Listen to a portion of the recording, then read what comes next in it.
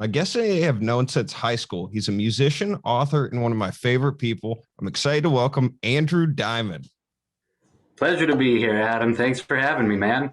Yeah, thanks for Good to see coming you. on, buddy. It's Yeah, it's weird, before we started recording, just like seeing your face and like hearing your voice. I When was the last time we saw each other? it has been years. I don't even. I was trying to think of that before we got on here today. Yeah, shit, man. I don't know if we've seen each other since really the high school days. To be honest with you, yeah. So it's been a hot minute, but you haven't changed a bit, you old dog. You What do still the you same. what have you been are you working for a radio station, or what's your Yeah. how do you make payments for your bills? How much do you make? Is it Bills, taxes, fuck all that, man. No. Yeah, so I'm working at a radio station. I joined on there in October this past year, doing kind of like it's a public radio station, so I'm doing like marketing and sales for them. We sell underwriting spots to different businesses and try to just organize fundraising events and stuff for them. So it's cool, man. Like it's been a dream of mine to work at a radio station, and the hope is to get up to an on-air hosting gig. It would be the ultimate goal. Yeah, I So this is mean, a good first step for me, coming on your podcast here. you need an audition tape. This is it. Yeah. Oh yeah. Right. If I'm anybody watching, if I'm popping out a frame, I'm like just trying to make the the Zoom audio is a little funky, and we're doing the best we can at Fathom and Friends. Yeah. Yeah. Give us a Producer break, Henry people. is working tirelessly. We did as many mic checks as we can here. This is what you're getting, people. Okay, I'm sorry. If I pop out of screen, I'm probably just placing some horse bets with my bookie. Um, so you know, So you're just gonna say masturbating. Just a heads up. That could take a while. Um, so I was thinking, dude, do you remember how we met? Like the first time we met? Um, Vaguely. I mean, I remember that we had some mutual friends that had because we had a lot of overlapping friends. I feel like which was cool about where where we went to high school. It was so segmented off. Like you had the wings separated on each floor, and you had the artistic and theater kids, and then like the sporty people, and like the people that liked math a lot. Like they all sort of like grouped together. But I feel like we kind of had friends and hung out with like people from all those different groups. So I mean, I don't remember exactly, but I know that I was like introduced to you from some of our kind of like overlapping friends, and I remember being like a little intimidated, because like seeing your house and everything out here and up here in Minnesota, and yeah, but it was cool. I took to you right away, man. I Dude, it's funny you Do you say remember? Like, fill me in. Like, who like introduced us? How did that first come about? I have a weird memory about this because I actually was talking to my older brother today, and Okay, yeah, he played hockey with your brother. that's right. That's And right. your brother, who is one of the nicest people I've met, like I worked with him, like we delivered pizzas together, I think Okay, after yeah, yeah. senior year. But he's one of the nicest dudes I ever met. He had a reputation, like You could, from a young age, of being like like troublesome guy, and he was on my brother's hockey team, and I think he got kicked off the team for fighting too much. so, I mean, it was like Happy Gilmore status. I mean, I'm pretty sure he had more penalty minutes than like the rest of his team combined, kind of thing. I remember going to it was up in Duluth, I want to say. He had a weekend long hockey tournament, and this is kind of like it's not high level shit. You know what I mean? It's a high school hockey tournament, and for whatever reason, like I don't know, like someone it rubbed him the wrong way out on the ice or something, and he threw his gloves off. which is like the call that shit's about to go down. And they put a stop to that, like, right. I think I don't even know if he was allowed to play the rest of the tournament because he was just like fully ready to have at this other kid, dude, like throwing his gloves off. And like, no one does that in high school, like hockey, really a whole lot. So yeah, I think that was a big outlet for him playing hockey to let out some of that. Did I ever tell you about the guy, the assistant coach on that team, the story I told or I heard about him? No, I don't think so. So my brother's friend was on that team and he was just like he was the biggest smart. I'm not going to use his name because he's got like an important job now or something. I don't know. He takes himself very seriously, but he the assistant coach, I'm sure you know the guy. He was like he had this son that he like rode super hard and was like super aggressive. And my brother's friend that was a smart ass just would not stop chirping at this guy. Like he just kept talking shit to him. And one time in practice, the coach dumped like a bag full of hockey pucks down and just started taking slap shots at my brother's friend. Oh, and my brother's friend looks at him and he goes, "Hey, do you beat your wife like you beat your kids?" Oh my God. He's like 15 years old, like to have the awareness to say I was that. gonna say that's bold for for a 15-year-old kid, man. As someone And a fair question at that point. If someone's going to shoot a bag of hockey pucks at a kid, I mean, you gotta wonder what the home life is like, I suppose. very present. Yeah, very present. Yeah. But back to how we met. Yeah.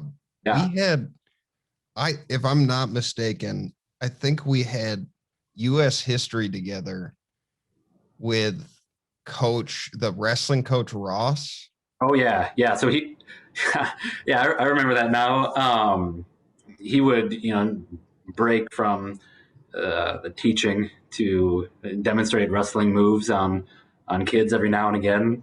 I remember that. Yeah, that was an interesting one. Yeah, because it was like something where like to coach at the school, you had to like teach a class too or something, and you could tell that like he was not into it, nor did he know a whole lot about history. so that was interesting. But I remember I went from like the year before we had like European history. It was a hard class. Like I remember like being like, I don't fucking know anything about Europe. And then we came in, he was like, yeah, you can use a note card. You can write anything you want on it. So it's just a matter of like, how much can you write onto this note card? And he would tell us what we needed to know ahead of time. And oh yeah, for the like tests and stuff. Yeah. But you and I sat across from each other, and you had a reputation too. Like I knew of your brother, and I knew he was like, he had that like fighting background and shit. But I met you at that class, and it couldn't have been any different from that guy.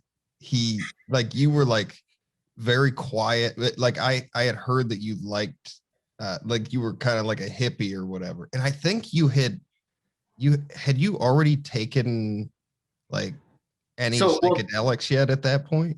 So this was sophomore year, I think, right? Is this sophomore? I think it was 11th grade. Junior year? Okay. Yeah, I know I had like smoked some reefer early on.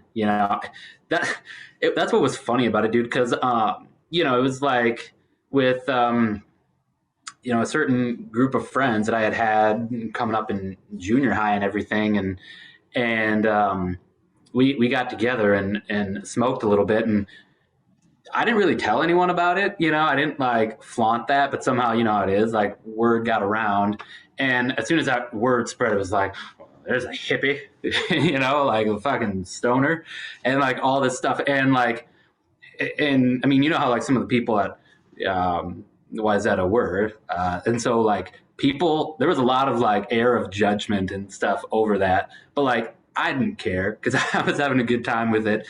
And so, yeah, after a while, that kind of became like my reputation, which it was fine, I guess, because I am who I am, baby. I'm not going to change for these fucking people. But yeah, I think that was by that point that was probably the extent. I don't think I had experimented too much But you were the outside of that. first one in our group. Like you and I bonded over music. I remember that because you That's how played. all of my closest friends have like the people I've met from high school that I still keep in touch with, college, any jobs or whatever. All my strongest relationships have started and were forged from like a love of music for sure. Yeah, and you played banjo, which was like Yeah. I had never met. I think at that time I was already working at Schmidt Music, so I was like playing Oh, that's right. Yeah. playing and selling guitars, but I had never met anybody that actually really played banjo. And I think we Someone told me it jammed would help me together. get chicks. That bastard. I don't Really? know. No, it was. But yeah, and I remember you played drums too, so I hit it off over that, and then I do remember like talking music with you pretty early on and And I bonding. I remember like Matt, the guy that was my babysitter who turned into like just like a good Oh, hang, Matty Ho Ho. Like yeah. we all played together, and afterwards he was like, I didn't know I didn't have the ear for guitar like he did, and he could play, but he came up to me, he's like, that fucking kid can play banjo. Like there's, and it was different to have someone like somebody that plays banjo. It's kind of like gimmicky, but somebody that plays it well, like it's just rare. You know, That's the thing with it now. It's become like it's shifted a lot from kind of like being associated with like hillbillies and stuff to hipsters, and a lot of them just sort of play it as kind of like you said, like a gimmick. Um, so that was kind of, I think, a big reason why I like really stuck with it and tried to get good at it, because I was like, yeah, I want to do this for real and not have it come off as gimmicky, which is a hard thing to do, especially like if you remember, man, do you remember the what was it, the Mr. Wyzetta? I think it was the show where like Mark McKee was a contestant or something in this. It was basically kind of just like I don't even I don't even know what the a point of it talent was. show. It was kind of like it was sort of like a talent show, and he was one of the like, contestants or whatever, and it was me, him, and Carl, and we just sang like an over the top version of "Man of Constant Sorrow," and Mark and Carl were dressed up like straw hats and overalls and like all this stuff, and then Mark called me out on the stage. He's like, "And come here, Bessie." And I had like this full cow outfit with like the udders and everything, and came out with the Do you have banjo. a And picture of this? we could probably dig one up somewhere. Yeah, I you think I got it do. because I totally forgot, but I remember seeing that picture. It was great, man. And so like yeah, you do shit like that, and that's why the banjo seems gimmicky to people. It's a But great yeah, song though. oh Like yeah, yeah. We from if memory serves me right, we crushed it. So that's fucking great. So I I was like trying to go back over like some of the shit we did together, and we bonded over music. We definitely bonded over like partying. And I remember the first time I ever really hung out with you was at your house party. oh boy. Do you I mean, remember that? so there. I mean, we had a few, but I think I know the one you're talking about is like the infamous one. And oh man, that was so wild. Like that. That's my brother's reputation again, because so this was the thing. I mean, being only a year apart in high school, at a huge high school like Wayzata, like me and him, we both had a pretty good group of friends, and so you're getting people from basically every fucking grade in the high school showing up. And the thing We went was, to a like, school that had 4,000 kids yeah, too. So like, yeah, and I one thing going back to what you were saying earlier is it was really segregated in school, but I felt like by the time by the time senior year came, I felt like that was gone. Like everybody was like starting to like jet. Like I remember senior year just felt like the best year because everybody was cool with everybody. That all that shit went away. I think, yeah, I agree with you there. I mean, the way the school was set up, you know, with like the different wings and everything, it kind of like facilitated this like segmenting of groups and like cliques and things like that, which was weird. And like I never fell into any of those because like, and I don't think you really did either. I mean, I played sports, so like, so I met friends through that, but I also like loved music and smoking reefer and like art and all that kind of stuff. So I got to meet lots of different people. And but I think, yeah, after 4 years or whatever, people just kind of come out of their, like you would hope, they come out of their shell a bit more and just like, you know, aren't of the mindset where it's like, oh, I'm not going to hang out with those people because, you know, they like theater. Like, Well, I think it was more like you just didn't know they existed. Like with that was that too. like it was like you'd go. I remember fucking. I didn't know Mike Belfani like till basically senior year. I was like, I've had classes with you. I know right. who like and he was one of the funniest fucking people I had ever met. But I'm like, God damn it, why did it take 4 years for me to meet this person? It was just that like he hung out where he hung out, and Yeah, it was ridiculous. no, that's so true. I mean, I remember senior year, like I'd see people walking by in the hall. I'm like, who the hell is that? I've like never seen that person. Like it's just, Oh, and weird. And then you're like, is it the drugs or is it like you know, a hearty combination of everything. But yeah, I mean, it's just, it was different because I went to college at the University of North Dakota in Grand Forks.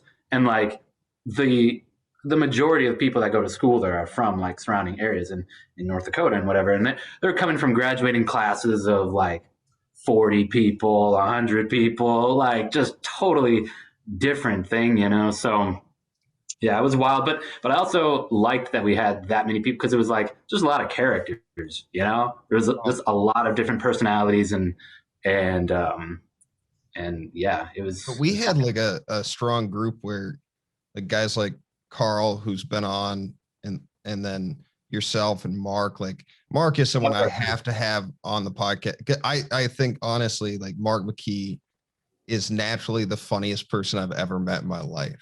Oh yeah, dude, I love Mark. I love Mark, and yeah, you should totally have him on because he's doing some really cool stuff with the slacklining and all of that. But yeah, I loved our group of friends, man. And I mean, that's what was so cool about us is like, you know, we all kind of came from pretty like differing backgrounds and stuff, and we had like kind of different interests. But it's funny because like even if you look back then and you see where like Mark and Carl are now, like it totally makes sense. You know what I mean? Like thinking of them back then, like it's like no surprise that they're doing what they're doing now and like are who they are now. And I think likewise for you with your comedy and podcast and like that. I mean, that was a little bit of a surprise because you were always funny and we bonded over a sense of humor too. And I just, yeah, as we're reminiscing here, I just want to point out to everybody listening that I knew Adam before he was funny. All right, we go way back.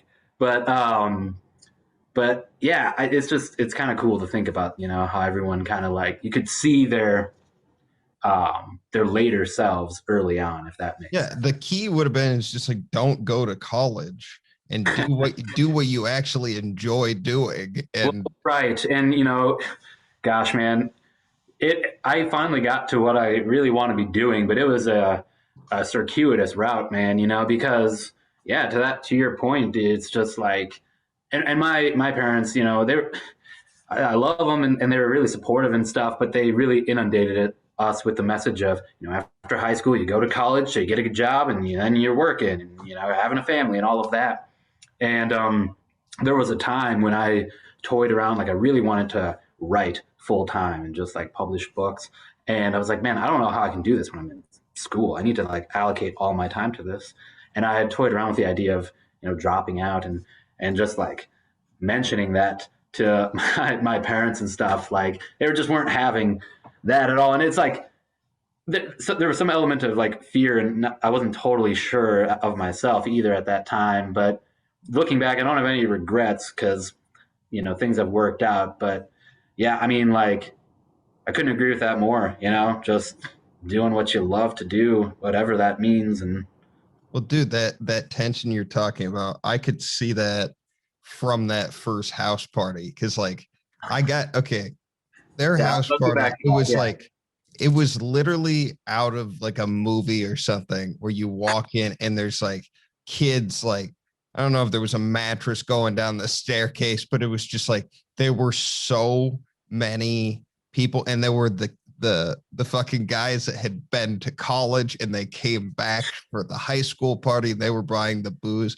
And the thing that really stuck out was on the back of the door of the front door of the house, your one of your parents had Oh, posted the rules for you guys. right. That's And right. all of us stood around drinking like booze, reading these. Like the first rule was like absolutely no. Like, do you remember what they were? Oh my god. Well, yeah. I mean, that was probably posted on that list a few different times. Just to reiterate it. I mean, my parents, like my dad traveled a lot with his job, and he would have different functions, dinners, and whatever else that you take my mom to, and like they didn't really have any other option. Like they had to go, so they took every. I mean, they would tell us all the time, like absolutely no parties, no one in the house, and they took every measure. Like they would call like all the neighbors across the street, right next door, like give us a call if like anything looks out of place. Like, and I knew this. So the difference between my brother and I, it's a fundamental difference. Is like, he really just does not give a fuck about many things, and this was an example of that where like It was very evident. I knew like so as soon as my parents were going out of town, I knew we'd be having people over, and I knew I wanted to keep it chill. So I really didn't tell a whole lot of people because I knew my brother was going to do that, and I knew that he was, and that we'd end up having a shit ton of people, and that it was a certainty it was going to get busted, and that's why I actually didn't drink any alcohol. I just got really, really stoned.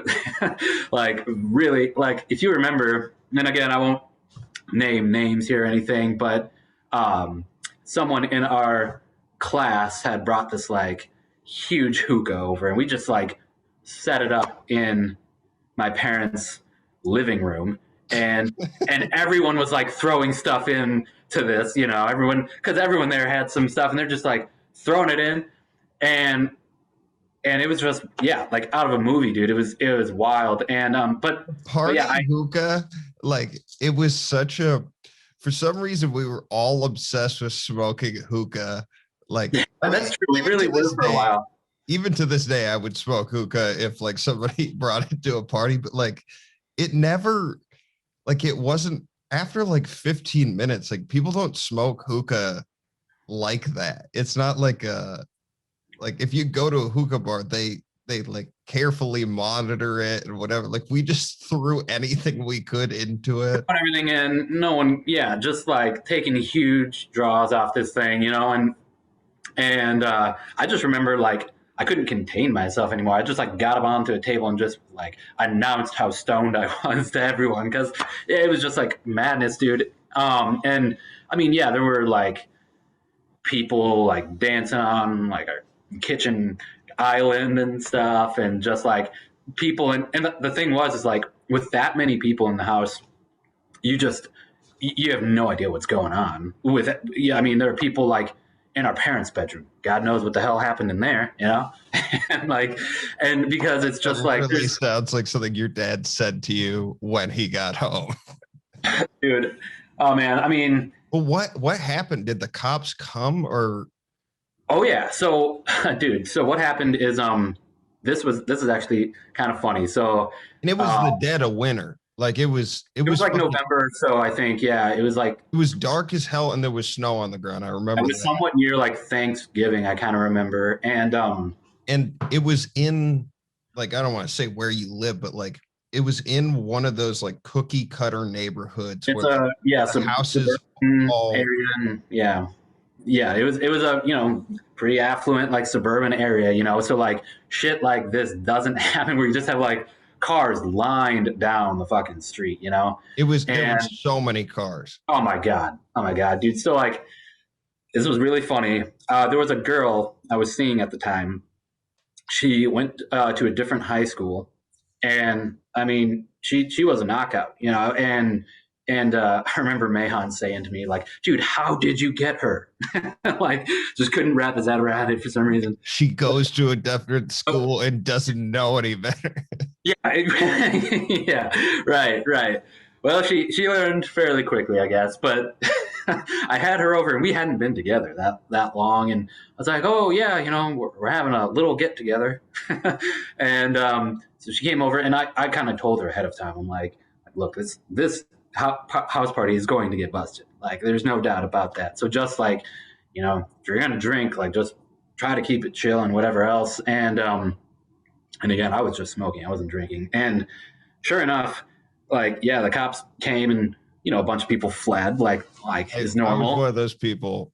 Like, yeah. I just remember running and getting away. I don't know who I was with. Oh, it was a shit show. Like, I seem to recall, like, people just, like, kind of scrambling out the back door, and, like, just a stampede of people going out our, like, deck into the back. The cops came in. They knew some of the people there.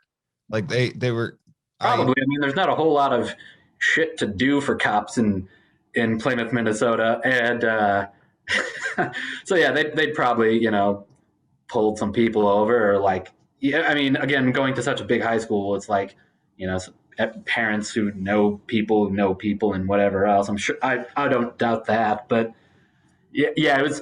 I just remember that, you know, there were a few unlucky saps that didn't quite make it out, and I was still, like, I was very stoned. I just want to reemphasize that. I was just trying to, you know, comprehend everything that was happening. And I remember the cops came in, and they kind of, like, rounded us up in, like, the front living room or something. And, you know, asking people if they'd been drinking, and, like, giving breathalyzers. And this cop came up to me, and he was, like, just an asshole, dude. Like, there are, like, nice cops, and then there are cops that are just dicks, you know, and like, enjoy that. And this guy was of that nature, and he gave me a breathalyzer, and, like, I'd never taken one before at that point. And so instead of drawing air out of it, I breathed air into the little tube, and it made, like, this really loud, like, whistling noise, because I was, you know, I didn't know what the fuck I was doing. And the cop, like, thought I was messing with him. He's like, "Oh, don't try that shit," you know, and got, like, all upset at me and everything. And I'm, like, freaking. I'm like, "Dude, I'm trying here. Okay, this is a lot for me to take in right now. Let's give it another go." and so they give the tickets or whatever to all the people that had been drinking and blew on the breathalyzer. And my girlfriend at the time was one of them. And so she had to have her parents come and pick her up from my house, getting busted. And that was the first time I met her parents. So it wasn't a great first meeting, you know what I mean? And my dad, to his credit, this was kind of cool. He's like, "Yeah, you need," because, you know, it was around Thanksgiving, so Christmas wasn't too far off. He's like, "You need to get her parents, like, something nice to kind of, like, you know, try to bury the hatchet a little bit with that." And he, like, coached me a little bit on getting, like, really nice chocolates or something. So really, he did that? He did. I mean, don't get me wrong. There was a period of time where he was super pissed. I mean, you've met. Well, that was, yeah, you got grounded, right? Like, for a month or something? Yeah, it was probably, I mean, I don't even remember how long it was. We got grounded, and I'm sure, like, my brother had his car taken away, and I mean, these are measures they always took, but never really made much of a difference. I mean, we'd still sneak out. This was one of the things I remember too, is we started, like, it was like you were on an island somewhere. We couldn't hang out with you. And so we started sneaking over in the middle of the night to, like, bring you weed or like different things. I think we brought you booze, and, like, we'd knock on the door. These are good friends here. You want friends like this in your circle. I just remember you were sitting in the basement, like playing banjo by yourself, and you were watching TV. You looked so sad, and then we And came to the there's window. no way the way you just described that. There's no way to picture that anything else but just being sad. Oh, for sure. But then So we knocked on the window, and it immediately like it because you couldn't hang out. You were missing out on hanging out with all the boys. I was bummed, dude, because like my brother kind of like ruined things for me a lot because he was the reason that my parents like cracked down on us. Like it got to because he would just like brazenly like sneak out of that. Like, dude, I'm going to tell this story real quick. My dad had a company car for the company he worked with. It was like a Chrysler 300C, I think it was, and like he was the only one that was able like allowed to drive this car. It was like his company car. And I remember he got it and he took us like around to show it off on a little test drive and whatever. My brother, we're sitting in the back. My brother asked him questions that like to me are super obvious, like what he's thinking. He's like, so how's the startup on this thing? Like, is it pretty quiet or what? And like my dad just like that didn't register with him. He's like, oh yeah, like you can't hear it at all, and whatever. And so sure enough, it was like that night or the next night or something, my brother fucking sneaks out, takes this car for a joyride around, and like picks up friends, and they probably like I don't know if they like smoked in it or whatever, but they, were doing like just stupid shit. And so he did stuff like that, and so like they were that much more like cracked down on me, when I like I liked to party and stuff, but like I also liked to keep things like chill. If I were to have a house party, it wouldn't have been like that. I mean, it would have been like close friends, getting wild, but like nothing like that. You went so for the fucking record every time. Yeah. There was, no. I just don't want your brother to hear this and think anything besides that I respect the fuck out of him because I really enjoy your brother. He's not really on the socials and stuff. I'll let him. No, I mean, I think he'd get a kick out of this, to be honest with you. Yeah, he's messaged me a couple of times, so he's okay. He's a good dude, but yeah, and I mean, obviously, like, he's changed a good amount since then, but yeah, I mean, it was wild times, for sure. And sometime that I think that spring or possibly that summer was when you tried mushrooms. You were the first person in our group to try them. And I remember somebody took a video of you on them. That was like that's one thing that's just like was kind of annoying around that time is like, oh, I must document and observe his behavior. It's like, okay, so Jay, right? We'll just leave it at that. Our friend, he was really interested in that kind of stuff. Like just not that he did them, but he just like liked learning about them and like looking stuff up about psychedelics and hallucinogens and all of that. And he had read about morning glory seeds, making you like hallucinate and whatever. And so he went to a hardware store and he bought a bunch of like packets of them and just like ate them. And apparently they were like coated in like mercury or something weird. So he got super fucking sick and just ended up like throwing up and having a miserable time. And I love that dude. So, like I drove him to school for like a year. Oh, dude, he's one of my best friends then. I still consider him such. I mean, but fucking like his parents, the dynamic with his parents, his dad was so mad at him all the time. It was. I know it. He was like most parents would be like thrilled to have a kid because he like. I mean, if to be honest, I was. I think maybe like I sparked the interest in like hallucinogens and stuff because like you mentioned I was kind of the first one to like smoke pot in our group. And I remember the first bag I bought in a bathroom in high school. I was like kind of like, man, what the hell am I doing? And then I was talking to a couple friends and I was like, what would you say if I told you I bought a bag of marijuana? And they were like, oh, yeah, right. And whatever else. I was like, no, like, seriously. And like, we were just like, wow. And like, we were so like just in the dark about all that stuff. Like, I remember lighting a stick of incense and Jay being like, dude, he picked it up and he was like, dude, is this a doobie? Is this what they call a doobie? Like, just the most nerd, just the nerdiest shit of like people trying to be cool is how that kind of seemed. Joe and I like I don't want to use this last name, but like we started in I think the 7th or 8th grade. So it was weird to like there was a group of us that started in middle school with weed and like it I never I thought you started like in 6th grade or something. Oh no, I mean, no, it was I think it was either like the summer between 8th and 9th grade or like high school it started and it was 9th grade. And it was in a class which was kind of cool is, you know, we had kind of those extracurricular classes. It was like a home ec type class it was. And you have all the different grades in there. And I was sitting at a table with a couple of people that were like a grade ahead of me.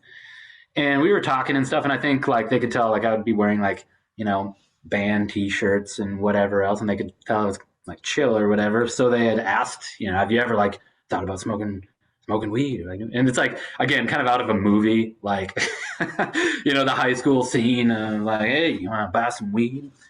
but I was just like, I had thought about it. I mean, I didn't like actively seek it out, but I was kind of like curious about it. And yeah, the seed was planted. Yeah, and then yeah, I bought it, and then it was when I don't even that bag I bought. I don't even know. Like I held on to that for a while because I didn't even know like really. I didn't have any of the like equipment, and I didn't know what to really do with it. The very first time I smoked actually was with my brother, and this is not politically correct at all. what I'm about to say, so I hope it's okay. But and you can edit this out if you need kind to. You're skipping a little bit right now. But can you hear me okay? We were at our parents' house and can you hear me okay? Actually, yeah, you're coming. Hold on. You're kind of I'm double checking my because how's that? You were cutting out on me too a little bit there. Yeah, you're still like frozen a little bit. Wait, is that better? Weird. Yeah, yep. Okay. Am I coming through okay? I think so. Just let's keep trying. Yeah, because my internet looks good, so we'll just give it a shot here. Let me fucking make sure on my end. It's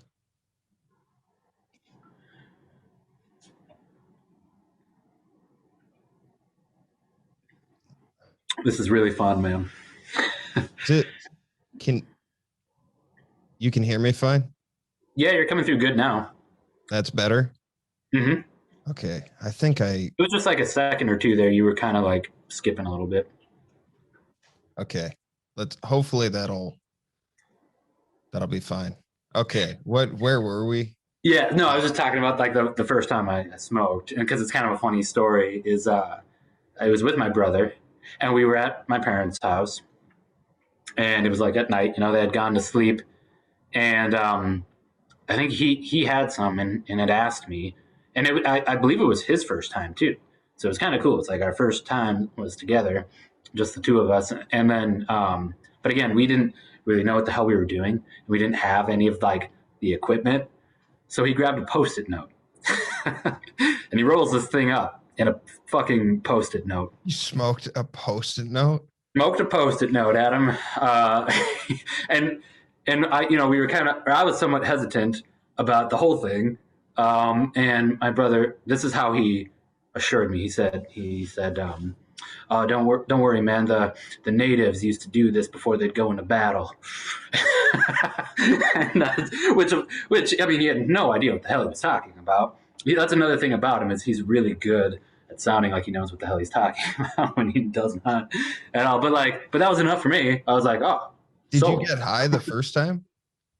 Well, I don't think off of that because the Post-it burned pretty quick, and anything I felt, anything I Not felt, long either. yeah, right, and anything I felt was probably from the glue on the paper. But I remember the first time where I had felt high was with a group of friends there, and this was freshman year, and dude, I like was so giddy. I could not stop giggling. Everything was so funny to me. I was like talking in accents, and I was just like, it was goofy, man. And it was just like hilarious. Like everything was hilarious. That first time, it took me like I think 7 times before it actually took. And it was this weird thing where I was at um, my friend's house, and his dad had like this huge stack of like old Playboys from the 70s. And Sure. we had smoked like in their basement shower. And then like they all went upstairs, and I was by myself in the basement looking at these old porno Just mags. paging through some bush. And then all of a sudden, like it started creeping, where it like started at your feet and then it started making its way up. And I was dying laughing. And then I went upstairs. The first time it actually happened, you're like, because I thought like I was like immune. I didn't think I could. Yeah, right. Yeah, I know that for some people it can, yeah, it takes a while. I mean, it was a few times before, and I didn't really know what I was doing those first few times, so I think that's part of it. Like it takes you a while to like even like know how to do it. And I was with people who had done it a little bit more than I had. They kind of showed me the way, I guess. But yeah, dude, I'd be crying so hard that I'd be like, or laughing so hard that I'd be crying. It was yeah, those were a In good times. hindsight, dude, it's like we were pretty young to be doing that. No, for real. Like when I went to college, I was like so much more experienced with that kind of stuff than like the friends I fell in with. Because again, we bonded over like music and stuff and whatever else, and then got to talking like they had never really like drank much, like smoked much. I mean, again, just like different vibe than where we went to school and what we were around. And I mean, we did hook up with some friends that kind of fell into our circle that like had done it, and then we all kind of started bonding over that too. But yeah, it was interesting. Like I was surprised at that.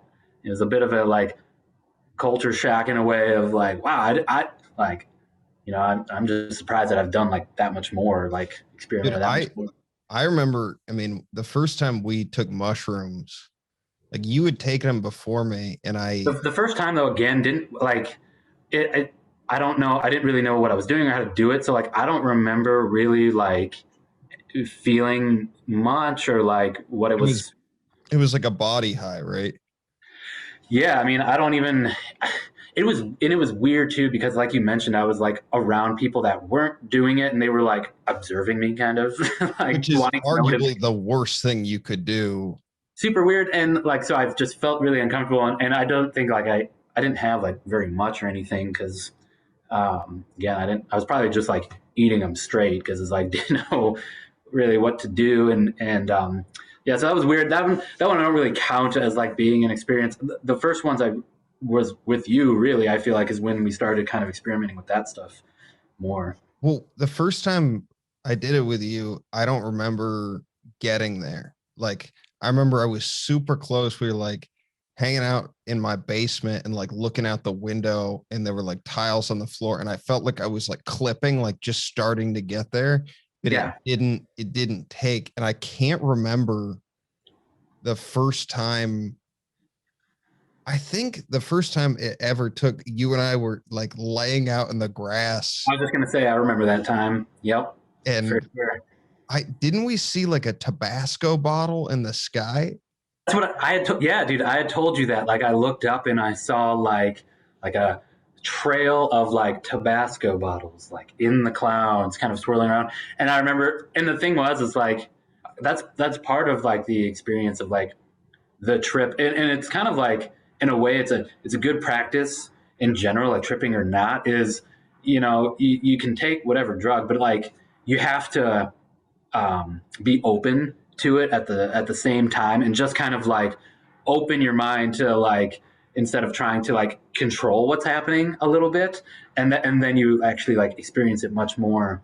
And I think that's just true in general. But yeah, and I remember that distinctly, laying out, because it was like a really nice like summer day or something. It was nice out, and we were like, the warm grass just felt amazing, and yeah, we were just giggling and looking up in the clouds and like seeing things like that, and that was fun, man. Dude, I remember that, but then I always remember, like, first off, I loved it. Like the first time it took, like, I was sold. I wanted to take mushrooms every day. And like basically I mean, you were present for a lot of this, and I don't think we've ever really talked about it, but I had like this weird combination of things happening where, one, I had a friend that was dealing them in college that I bought, like, I don't know. I mean, I had a bag of Ziploc, like a gallon bag of Ziploc mushrooms. And like, there were so many of them. Yeah. And I wanted to take them as much as possible. Well, So I was gonna say, if you're already wanting to take them every day, and you have a Ziploc bag, like a huge bag at your disposal, that that makes that decision a little easier. I feel like, but yeah, I mean, that is true. I mean, whenever I've taken them, and maybe you can relate to this, or anyone listening who's tried this, I felt really cool. I felt like just like a cool person. Like everything I was saying came out like cool or funny, and I just like, and that was my own perception of it. I'm not sure how other people well, saw it. it's funny you say that, dude, because there were times like that where I felt very much that way with you. But then when the sun would go down, there was always this like crash when you were coming down off mushrooms, at least for me, where It was a different vibe. It was even just like going inside. I remember we were hanging out with your dude. So this was wild. You had to have been along with us, because so we were with Justin, another friend of ours, and we had been tripping, and he was too.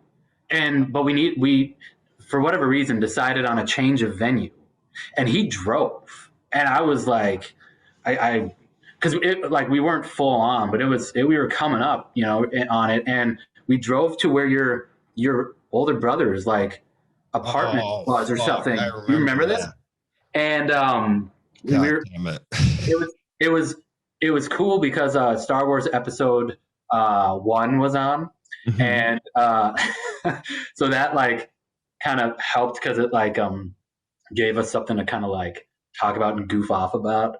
But I just remember like there were a few different times I think where your older brother was like present, and he wasn't tripping, but he was like either at your house or at this time in his apartment. He was like hanging out with us, and he was a funny dude, like, and he just like sort of validated this feeling of like myself being funny, because he kept like laughing at all the shit I was saying, because like I would say like just like silly things, man, like yeah, thoughts, man, like who knows where they come from, they kind of appear. Yeah. And like it's just weird stuff. But like going back, I mean, I remember, I think it was at your house. We were in, like, going inside to outside was like such a different vibe when you're on that. Dude, Like, it's not a good, like, it can totally shift everything.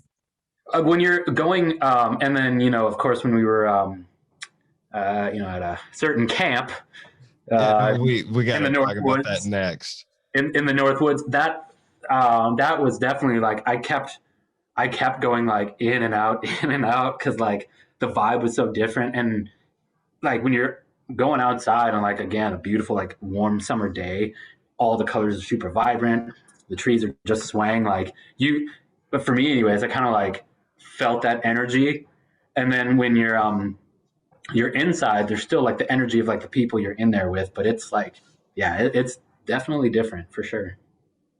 I That was a trip, man. I remember That was there was at least, I don't know if I think I probably was one of the people in this case, but like there were times where your energies wouldn't match. And like there would be That's one true. person in the group and you'd be like, we got to get away from him. And that definitely, like I was at one point, I was you and I were trying to get away from somebody, and then at another point I felt like I was the guy everybody was trying to get away from. Yeah. And it I just, that camp, like it builds all this very nicely. We went to this camp in northern Minnesota. Camp Holiday is the name of it. It was me, you, two other people. Some of them might have been on this podcast before, but it was the most like drug alcohol infused That was 3-day period of my life. at that point, that was like one of the most fun things like I had done with like, because it was like, it was a serious like bonding experience, and it happened quick. Like we just like talked about, like getting a cabin somewhere together. I remember I was like, dude, I got this cabin. Yeah, you were on top of that. And he like Matt, the older guy, could buy booze. So we're like, Matt's down to go, so we're good. He's coming, yeah. Yeah. And then I just remember like getting in the car to leave, and there was like cases of Pabst Blue Ribbon and just like everyone's gear in there, and like that feeling of like oh man, this is gonna be such a great time. It was like I was so excited, and like everyone, I mean, that was the first time I'd met Matt, but like clicked right away with the dude. I mean, he was one of us, he just like fell in with our little group for that trip right away, and he was awesome, but gosh, yeah, that was a blast, man. That was I think blast. we got there we like put our shit down. It was this cabin on the lake with like 20 other since going up there, I looked at the map of this, and they did some remodeling and shit. Oh, have they? Yeah, I've kind of like, it's been a while, sort of like lake. Yeah. And we got, it's kind of like a family resort, just to like set the scene for people. It's not something that like people go to for this kind of recreation a lot. It's like, it was it was very low key. It wasn't like bougie or anything. It was like very kind of basic, but it was right on lake, different cabins, and it was like for families to go like hang out for a weekend. How many bedrooms were in our cabin? I think it was like, I want to say it was just 2, but they each had like 2 beds in them or something like that. Or I think Matt and I stayed in the same bed, and you and Carl had like twin beds. Okay. Yeah. Oh, there was one room that had like, a bigger bed. Okay. So right. Yeah. I remember we got there, and if I'm not mistaken, we went and picked up booze, and then we took like a full dose of mushrooms. Yeah, that was like, shortly after we got there and like loaded our stuff into the cabin, we just started with no plan as to like what we were doing for food or like. I think the plan. I mean, it was just like mushrooms was the plan. Basically, was the extent of it. I mean, I think we ate them with something. I think it was still pretty gross. It was something like I don't know, like some peanut butter and mushroom sandwiches or something, real nice crunch to them. It was not good. I remember that. And then another friend that was with us on this trip at one point tried making a tea with it. Do you remember that? I did that. I remember that. It was fucking terrible, dude. Yeah, it was terrible because again, we didn't know what the hell we're doing, like how much to even put it, like how to do it properly. But it did where it actually like, oh, God, I like it. So yeah, if you need to take a drink of water or something to. No, do you remember like at least what I recall that we didn't have any fucking. We didn't have any cooking utensils there. We didn't even have towels. So like, we did have a frying pan, didn't we? Because that ended up getting dropped in the lake. I do remember that. We had that much at least, and I think we just had like basic shit like frozen pizzas and whatever else. Because again, there was probably like even a little like store there maybe where you could buy some things, but no, we did not. We were like not well prepared at all. We were just like, we got beer and mushrooms. Like, what else do you need? Well, You know, for a weekend. And I remember when it started to take, I got scared immediately. you did have a little bit of a meltdown there, and it was good because Matt was he did not take any, if I recall, or I can't remember if he did or not, but I know that he was kind of, you know, the elder statesman, so he was kind of like looking over things, and you guys obviously had known each other longer, so he was like looking over you a little bit more. But yeah, of course, the infamous "Can I die? Can I die?" And like you and I remember looking in on you, and you like looked like you were like, you know, seriously like kind of worried a little bit. Dude, And I remember being in that room and all like we were outside and it was just one noise that threw me off. It was like that was how quickly it could turn. But like this guy yelled at his dog and we were playing frisbee and I had to stop. I was like, guys, I can't do this. Like I gotta go inside. And then I saw all the knots in the wood. wood was yeah, that was tripping me out too. It was, you saw faces, you saw every, like looking at like it might be textured wood. It might be No, the I was going to best say, thing. like, honestly, like, that has changed my kind of perception of wood. You know, because even if you're not tripping or whatever, like, if you look at, like, stained wood or whatever, like, the grains and the pattern in the wood, they're, like, naturally wavy and stuff. And and then, yeah, that is all just, like, magnified. It was, it was, and it was all over. It was, I mean, we were in a cabin, so you're just surrounded by it, you know, and it was, yeah. dude, there was wood in my bathroom at my old house, and anytime I would be going to the bathroom, I would be like, after mushrooms, I was like always trying to see if I could still see the faces and shit. Right. Matt came in and he had his head shaved. I just remember he turned into the Michelin Man. And it scared the shit out of me. Okay. Yeah, I can see that. And then I came into the living area. Like I remember I was sweating like profusely. Oh, like the Michelin Man? Like was he the Michelin Man, but he still had like Matt's face, or did he like totally become like, did you think the Michelin Man was like in your bedroom trying to calm you down for that? I don't remember exactly, but I do remember when you and I were out. I left that room and I went into the living area and you were in there and I was looking at you and I started like really hallucinating and you started turning into one of the Grateful Dead bears. And it was one of the coolest things I'd ever seen. I could not stop looking at it. I was convinced. Pretty cool. If I could choose, you know, something to morph into for someone's vision, that'd be up there. That's cool. But I remember you turned to me because you realized that I was staring at you. And you're like, hey man.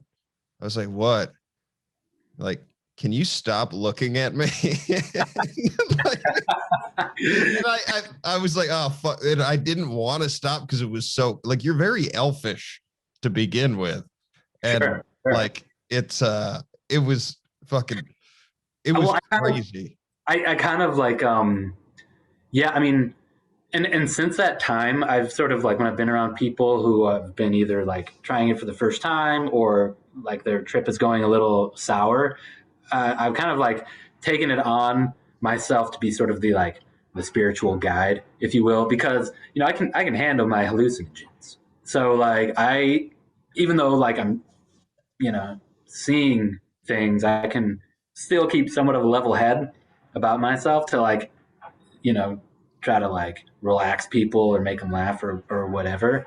But yeah, I mean, I remember that happening with you. You seem to come out of it pretty quick, but I just remember like Matt was hilarious because you were laying in the bed in the bedroom and you were just like on your back, like wide eyed, you know, kind of not so different from how you are now, you know, just like, and yeah, you like were super like serious, you know, and just like, can I die? Like you wanted to know if you could die. And then Matt's response was just, It's like, no, you can't. You're our ride home. You can't die. Like it's not allowed. Dude, this happened to me two Response. times, two times on mushrooms where I would get locked in a thought pattern and I had no control over. And once was the can I die? I totally forgot about this, but like the can I die? And the second was when do we die? And it was like this concept of like death. When when the mushrooms hit me, there would be like these weird shifts, and it was just like I think Why do you think that? I mean, did you ever like think about that stuff like normally? I mean, we all think about it from time to time, I'm sure, but like, is that something like why do you think that manifested itself so like powerfully when you were on that? I guess. well in the moment and afterwards, I remember feeling really bad about it. Like I felt like, oh, I can't handle my shit or whatever. But as time has passed, and I guess as I've thought about like I think death has always been something that really scares me.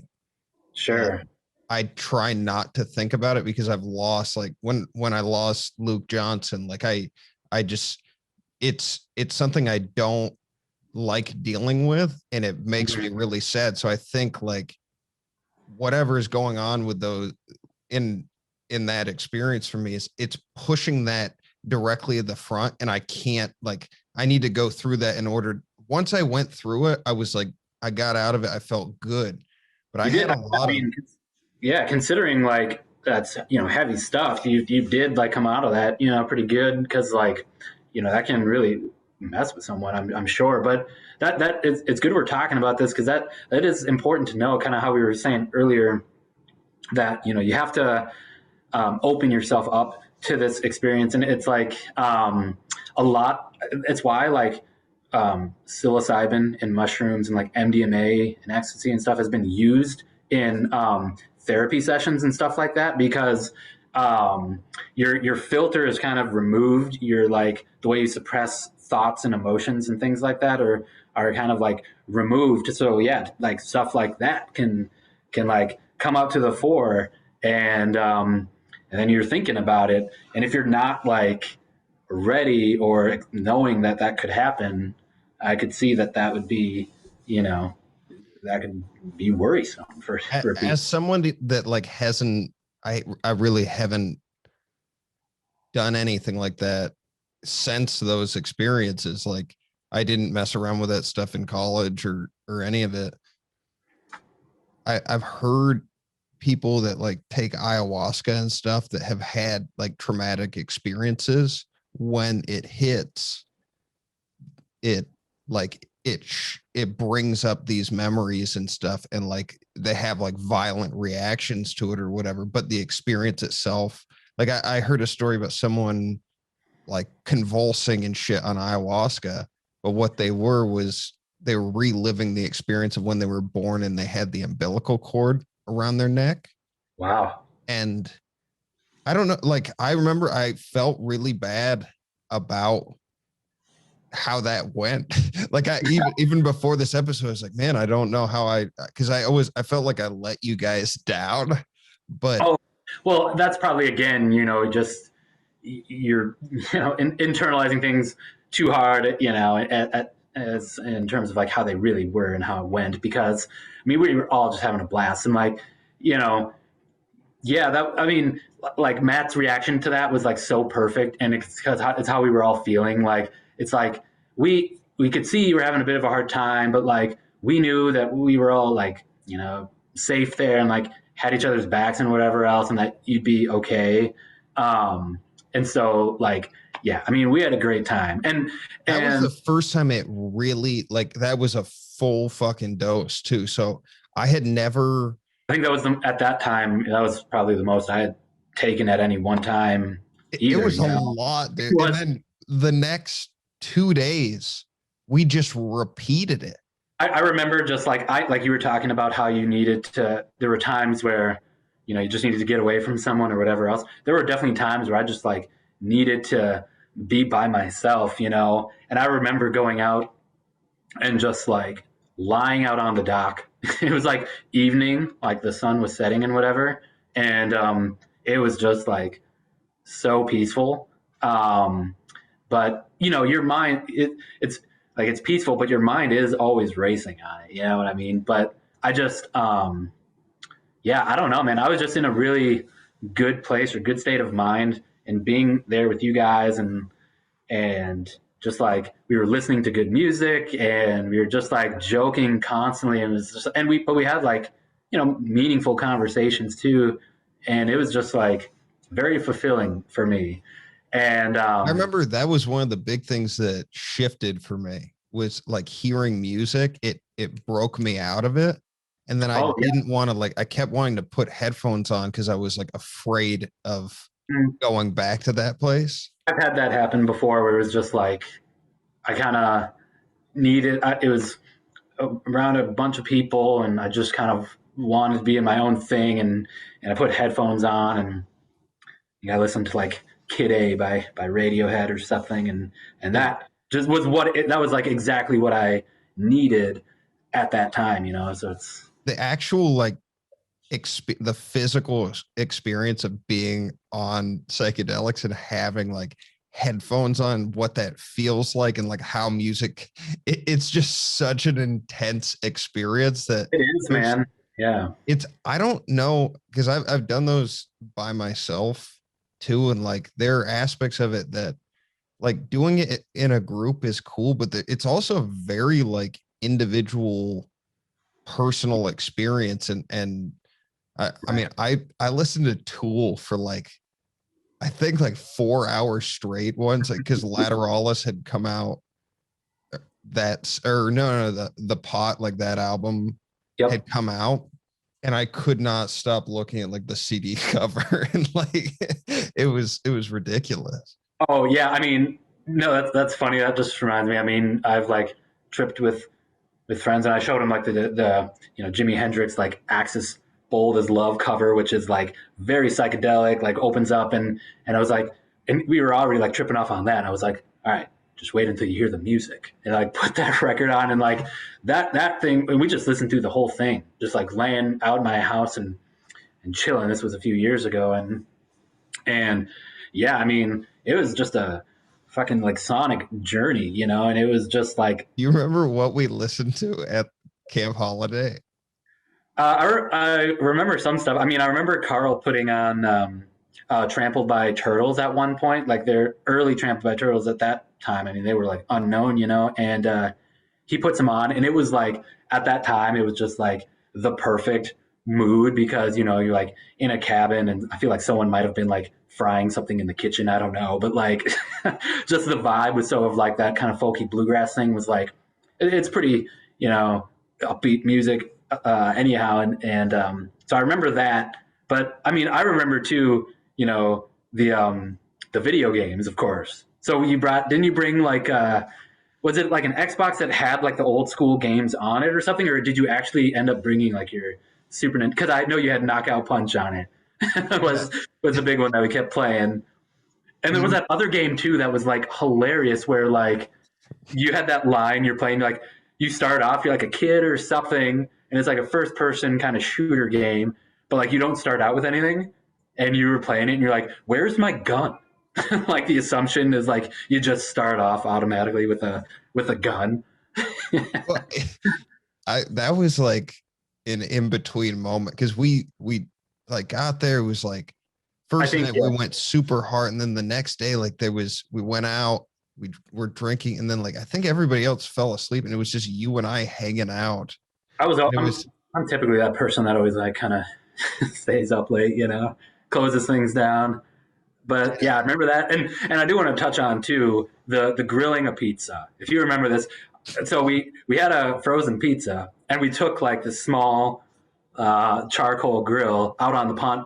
We like rented a pontoon boat that I they had forgot there, about that. and I'm surprised that we like did all the stuff we did, seeing as how like you know out of it we were for a lot of this. But yeah, we went out on the lake and on a pontoon boat, and we got the grill going, and we're just cruising, tooling around this lake, and we had a frozen pizza that we just like threw on like hard as a rock just on the grill, and it actually like it made a huge mess, of course, but it actually came out like great. And I think probably because like our standards were pretty low, like in terms of what we were eating, like that tasted like heaven compared to a mushroom and peanut butter sandwich, and like this muddy ass tea that we were drinking or whatever. So, but since that time, I've like asked people, I'm like, have you ever grilled a pizza?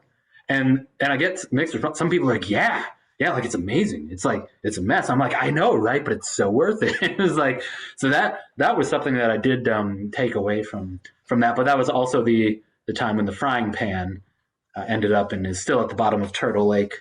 Didn't we push the whole grill? Oh, I remember. I mean, I wouldn't put it past us. I don't recall what the fate of the grill was, if that made it back safe or not. But that was that in a nutshell. Kind of like summarizes the vibe of that weekend. Fucking grilling a frozen pizza on a charcoal grill on a pontoon, just taking mushrooms and drinking a lot of Pabst Blue Ribbon. I remember there was a lot of Pabst. There were two things I remember from that boat. Number one was we parked somewhere and we like made our life jackets into like diapers and sat in them. Oh so yeah, we just like I think Matt just threw the cooler into the water, and there was at least like 2 hours where we were just all floating hammered.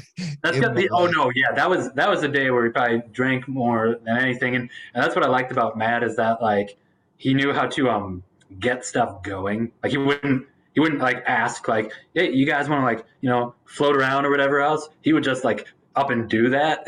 So you're like, all right, well, I guess we're getting in now and floating around and drinking beer out of this floating cooler.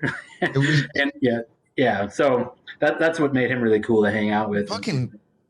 Well, the other person I want to say is, I think I probably already said I might have to, but he was driving the boat the whole time. Like he was a fantastic captain for like I remember we took more mushrooms like midday on Saturday. It was sort of like we don't know if we were like smoking pot and stuff too, like during the day. I remember like there was like multiple things happening. Well, the plan wasn't to take them again. Like I had a bad experience and it was sort of like, okay, we did that yesterday. Like that wasn't good, at least on my end. And then by the time it was like afternoon, you and I took them again. And I remember the sun was setting and the water on the wake on the back of the boat, all the colors turned to like purple and shit. It was unbelievably cool. Like the sun was setting. Sunset on mushrooms is one of the it is beautiful. So that was a better experience for you then, it sounds like, that day. Well, that, and we were listening to Fat Joe Make It Rain. Okay, that's what it was. Having a fire and Carl caught fish and like. Yeah. Oh yeah. Yeah, it was. Oh yeah, couldn't have asked for a better captain. Number one. I mean, that was great. But yeah, I mean, that was just something else that I bonded with you guys also on that trip, and like the same friends and stuff that I've had for years. It's like just such a kind of shared sense of humor. You know what I mean? Like we just love joking like all the fucking time, and like just and especially back in those days, it was being dumb, doing like but yeah, man, that was a trip I still think very fondly of. Man, I'm just like so glad we did that, and yeah, that was just an experience we could all take with us. I mean, I'm around comics all the time, like every day basically, and right. I can honestly say that some of the guys that we hung out with in high school are like some of the funniest people I've ever met. Like, yeah, I remember for real. Every time we got together with friends, or like whether it was like a house party or a bonfire or whatever, even just like a small get together, like you knew, like you just would be laughing, like there'd be funny shit going on, because like there were just fucking characters, man, that we hung out with. Like, did you ever hang out much with us at Lions Park, the old hangout spot? Oh, dude, that was like our haven, where we'd all go after school all the fucking time, and like smoke cigarettes and and hookah, of course, and whatever else. And yeah, it was just great, man, because all we did there was just like shoot the shit and joke around, and it was like so great every Well, time. there was one summer too where like Mahon, I think he only had like $15 or something, and he was trying to see how long he could go on that. And didn't he just eat soup for like a No, so what solid month? we would do, like that kid, the kid man was he knew how to how to stretch his money out for sure. Like what we would do is we'd go to Eddington's, which was this restaurant in it was like in Minnetonka or somewhere around that area in kind of a strip mall, and just fire breadsticks, amazing breadsticks, and like they had all these bowls of soup, and you could get like a bottomless bowl for like $8 or something, and you could just keep refilling it, and the breadsticks were free. So I mean, really good deal and whatever. And he would just go to like he would like gorge himself just because he had the option to, you know what I mean? So it's like you have a bottomless bowl, doesn't mean you have to eat enough to last you for 3 days, but whatever. He would just eat as much soup as he physically could.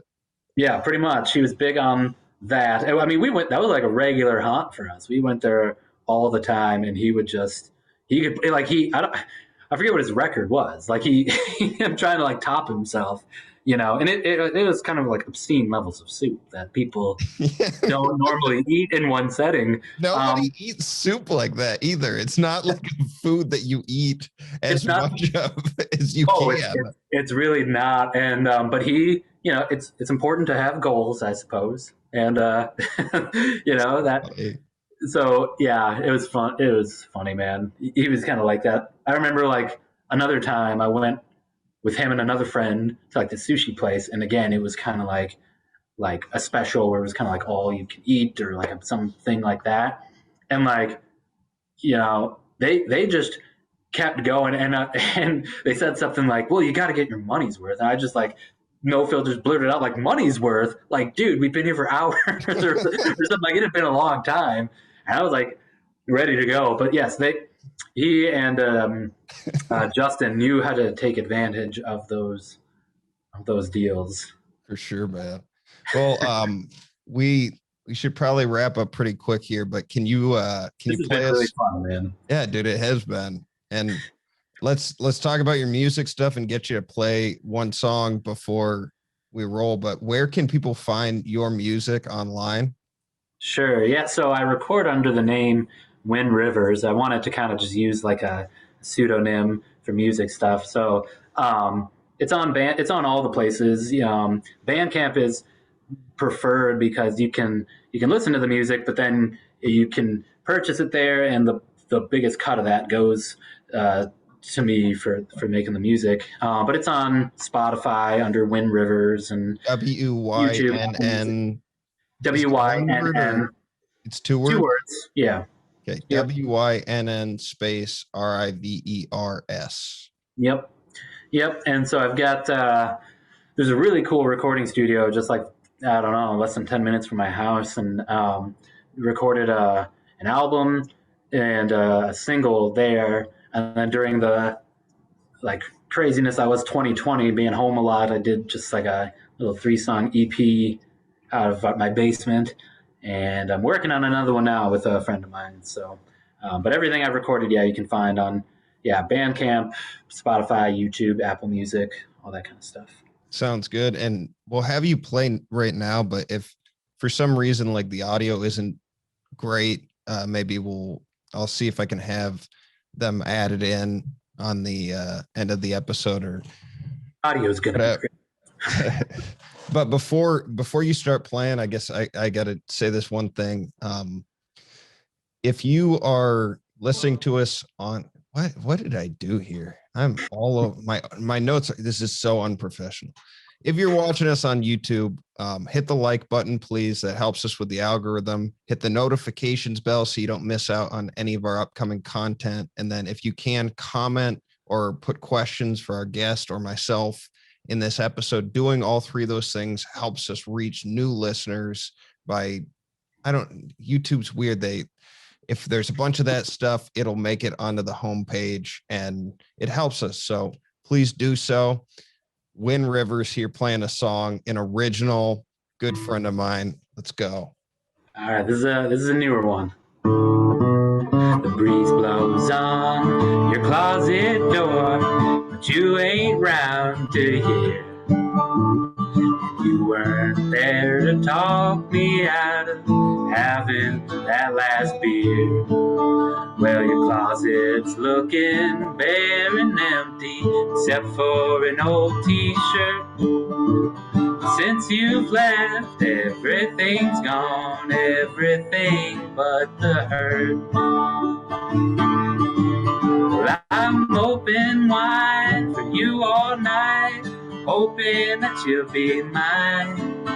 'Cause I can't see you here with me until the end of time. Walking around in a sea of people, staring down at streets. It dawns on me that all I need is you here next to me. And if I had my little way, I'd tell it to you over.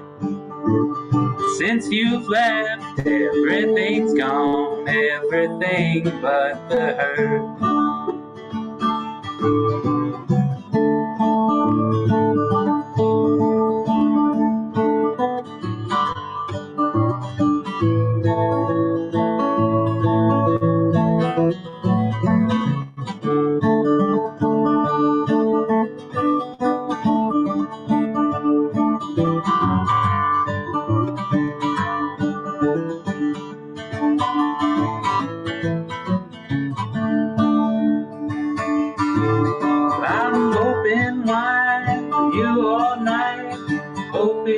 You'll be mine, 'cause I can see you here with me until the end of time.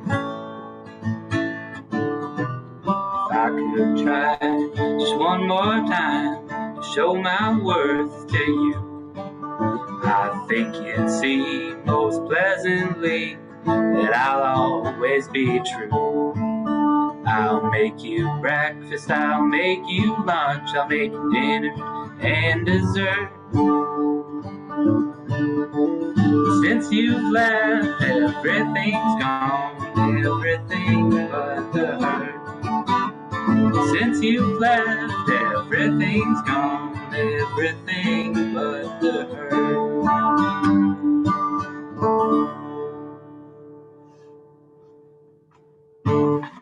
Thanks, buddy. That was fucking rad. Oh, thanks, man. Yeah, with this one, the songs are kind of taking shape as just sort of like throwback, old school kind of country, but definitely like fucking them up with overdubs and kind of making them different. But there was a really cool Ken Burns documentary on country music and just like Americana and bluegrass and all of that. And it was inspiring, and I kind of wanted to do. It's kind of what spurred me to do this album, and that, and like having a toddler and like all that stuff. It's like, I'm going to try to write songs like that are simple so I can get them done quickly, because you don't have a lot of time.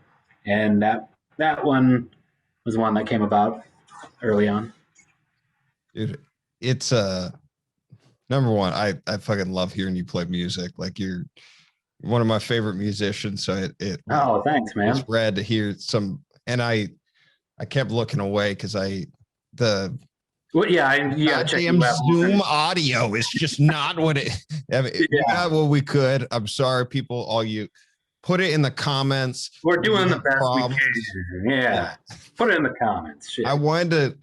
Next time I'm in Minnesota, I'll set up a camera. Gotta get together, yeah. And I want to like have you come out to a show next time I do it too, or I come to one of yours. I know. I know you swung through a little while ago, and you did a set at Acme, but for what I think I had something going on, and I couldn't make it. I was fucking bummed, dude, because I would love to see you perform. I might be coming back in June for the World Series of Comedy. I'm not sure yet, but that would be at House of Comedy in Bloomington. But watch your like videos and stuff that you put up, man, and it's good stuff. It's cool to see. Like again, it was kind of surprising. Like when I knew you back in the times we're talking about. I mean, you seemed like you could have done any number of things, but I never thought stand-up comedy was like going to be in the cards. And then when I found out you were doing that, I was like, oh, no way. And then started looking at it, I was like, oh shit, he's pretty good. I mean, you always made me laugh when we were hanging out and stuff, but that's like different than being on stage and doing it. So it's the weirdest thing. And I think consistently, like I think a lot of comics hear that, like there's not everybody thinks of what stand-up comedy is like based off of what they've experienced. And then when your friends do it, you're like, what? But I don't know. It's everybody has their own style. And like, if you ever come out here, I'd love to have you, like just check out the Seattle music scene, but then also just come hang at the clubs and stuff. And maybe we'll get you on stage, dude. I have thought of a few jokes to kind of keep in the back pocket that I could potentially use in that kind of situation. But the thing is like, I'm a silly person. I like making people laugh. Like I was always like class clown kind of, but that is, again, it's just like different than writing and crafting jokes. But it would be fun. I'd give an open mic a shot. I would have no question whether or not you could do stand up. Like it's with your background in creative stuff and how funny you are naturally. Like, I mean, you would need some kind of,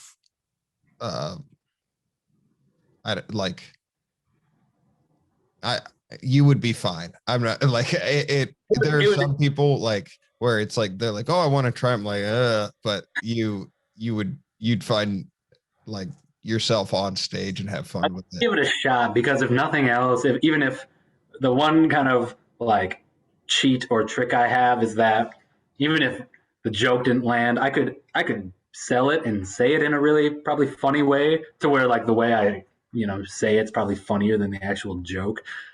So I do have that in the back pocket because but yeah, I've tried sitting down and actually like writing jokes that I think would do well in a stand-up kind of environment. And I've got a few that might be all right, but yeah, not as easy as it sounds, man. So again, like props to you and like all the other stand-ups out there, because that's something people just don't get about whether it's like creating music or any kind of art or whatever. They think it's just like this fun, like, oh, that's nice, like that's a nice hobby or whatever. Like recording an album, it's fucking hours and hours of late nights and work and stuff, and it's fun. But there are some times too where it's like you're not feeling it, but you're like want to get it done at the same time. That's why I think you would be fine with it. Is like, if anybody who does a lot of like the creative process and then also has like a good sense of humor, like there's just so much in it that isn't tied to that like spontaneous, like in the moment funny. Like I was voting buy into the creative process. If you remember this from it was I don't know, it was the junior year yearbook. I was voted most spontaneous, and this kind of circles back to the streaking thing. Oh shit! I forgot we didn't even talk about that, did we? That's the reason why I got voted most spontaneous junior year.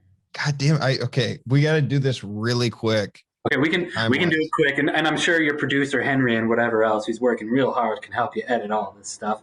Henry, thanks a lot, man. We appreciate the fuck out of you, dude. It's okay. So our senior year, the fall, we were at a football game. This was junior year. Okay. It was a homecoming game, so a big deal. And I had talked with a small select group of friends about the possibility of wanting to streak at a football game. And they were all like, oh yeah, and we had all these grand ideas of how we were going to plan it out, like, a getaway car and like all this stuff, like who was going to help me out and all this. And none of that came to fruition. If ever there was an example of something really, really poorly planned and executed. This was it. I mean, this is the model. So it was like, it was near, again, around Thanksgiving. It was like November, so it was kind of chilly out, which not great, ideal for streaking. And then homecoming. So it was a big game. I forget who we were playing, but like there's added security because it's a big game. Stands are fucking full of people, cops everywhere. And I think I wasn't planning on doing anything this game, but I stood up and was just getting rowdy and whatever, and I like took my shirt off and was like swinging that around, and everyone around started like chanting my name and whatever else, and they're like, "This is it," or whatever, And because I was literally right next to you during all this too. Were you really? Yeah, and I just remember the expression, like the look on your, like it wasn't just your face, like your body language, everything, something like took over to where it was like you were summoned to do this, and it was freezing cold, dude. It was cold out. It was cold. Yeah, it happened relatively quickly too. Like you took your shirt off. Everything happened so fucking quick. Like that happened, and then I remember like people chanting. I was just like, "Shit, I'm gonna do this." And yeah, you're right. We were up on these bleachers. Yeah, and you had to go downstairs to get to the track level. Yeah, so I was just kind of like climbing over rows, where the people were sitting, because we weren't that high up. We were like 5, 6, 7 rows up or something. But I just like bleachers weren't flush to the ground. No, right. So in order to get from where you were, you had to go down 6 rows of bleachers. Yes. Then go down a staircase, then climb a fence to then get onto the side of the fence. The fence was a big, kink in the plan. Like we're coming up with this plan, quote unquote, and like we forget this tall ass fence that you have to. Then you not only have to climb to and scale to get on the fucking field, but also to get out as well. So I got on to the field. How I don't remember like how you went from being on the bleachers to getting to the fence. Did you jump the railing or did you go down the stairs naked? I think I jumped the railing because like I was going, because like you have a very short window of time to do something like this. And again, like this was I was just like adrenaline and fucking instinct. Like it was animalistic, man. Trying to like big drop too, like that drop from the railing to the ground, like that's. I mean, it was like 10 feet or something. Like it was. No, it was. Yeah, it was high, and like I had sneakers on. Did you have sneakers on? I did have some sort of like barefoot. Okay. No, I did have some sort of footwear on. I remember that, and then, but yeah, I was. So it was a good jump, and then you're feeling good about yourself that you made it this far, and then there's the fence, and but I started. I don't even know. There was actually, I think, might have been like where kind of the band or like cheerleaders go through. I kind of like went through that. I don't recall like actually climbing the fence to get in. I started like I went in the way that and this was like just before halftime or something like that. And I kind of went, so that entrance was kind of like open to where the band and like dancers go in and out. So I went in that way and I just started running around like cops were like there on the field. And like, dude, it was so abrupt. Like it was so abrupt. They were on me immediately. And then at this point I'm like, oh shit. Like, the show is kind of over. I just have to figure out how to get out of here, right? And so, I tried going. You didn't make it onto the field, right? Like, didn't they just tackle you on the track? It was like the track that kind of went, right around the field. Like we were all cheering, and then I was like right there. Didn't you get tackled? So what happened is, they chased me for like, dude. I was just like, okay, I got to get out of here. This was like your fight or flight instinct, and the flight was taking over here. And there were like 2 or 3 large officers of the law chasing after me butt ass naked, and I tried exiting back out of the way that the band and the cheerleaders and wherever else had used, and it was like shut at this point. I was like trapped, and so they straight up tackled me, and I was all naked. and which How is much did an that awkward. hurt? Because it was like, I think I don't even like. I was just the adrenaline and everything. I don't even know if I was comprehending everything that was happening or even like feeling things. And again, like everything happened so quick too. It was like hard to process, you know. But the coolest thing about this all, and I'll say this real quick. So yeah, it was short lived, very poorly planned. But the coolest thing about it is that, so you know, they had someone, I think it might have been Jay, come down and like bring my clothes from the stands, and they allowed me to like at least get my like boxers back on I before they remember that. before they put me in handcuffs. And then but this was cool. So there, you know, a light at this point, a very light rain had started to fall. It was like misting, and I was in handcuffs in my boxers and being escorted out by. I was being like escorted out by the cops as like the other teams, the visiting teams, like cheerleaders were walking in, and it was like, you know, my body's getting like all wet from the mist, and I'm in handcuffs. I'm just like, yeah, what's up? What's up? Yeah, I'm just like stupid, like thinking I'm the shit or something, and and then, but no, dude, like, yeah, that was wild. I mean, that was I had wanted to do it, but not at that moment.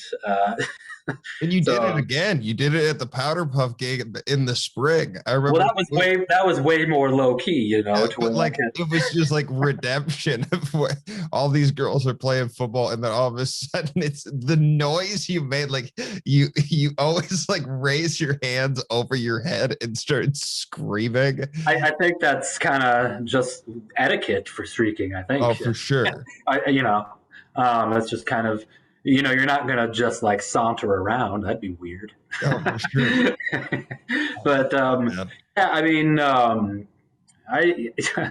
don't know. I just like, again, it was kind of just like something. I liked the shock element of it, and I think that's a funny way of saying it. That it was like redemption, because maybe it was, you know, that I didn't really fully get that experience, you know, but. Yeah, to the listeners out there, getting tackled by a cop while naked is it's quite the experience. I would recommend it to anybody. So, well, dude, thank you for coming on. What's the website one more time, just for people to find your music? Yeah, so it's Wynn WYNN Rivers, so all one word. .bandcamp.com is a great place. But and if you like what you hear, Instagram too. I don't have an Instagram for the music, but I've got one for my writing and poetry and stuff. Songs from the Whippoorwill. You can check out some silly little poems and doodles there. And there's a link on my Instagram to my Bandcamp as well, though. Sounds good. Thanks for coming on, buddy. And thanks everybody for watching and listening. If you enjoyed this episode, please make sure to rate and review us. If you're watching us on YouTube, please make sure to either hit the notifications bell so you don't miss any upcoming content, hit the like button on this episode, and throw some comments and questions for myself and Andrew in there. Help us out to hit the discovery page. And as always, follow us on Instagram at FNF Pod. We're going to leave you with Jaga. I just make the waves, I don't write them. I can hear the lyrics in my spirit as I write them. Why you wanna walk and talk just like them? I can't get caught up in all the hype and the excitement. I just make the waves, I don't write them. I can hear the lyrics in my spirit as I write them. Why you wanna walk and talk just like them? I can't get caught up in all the hype and the excitement.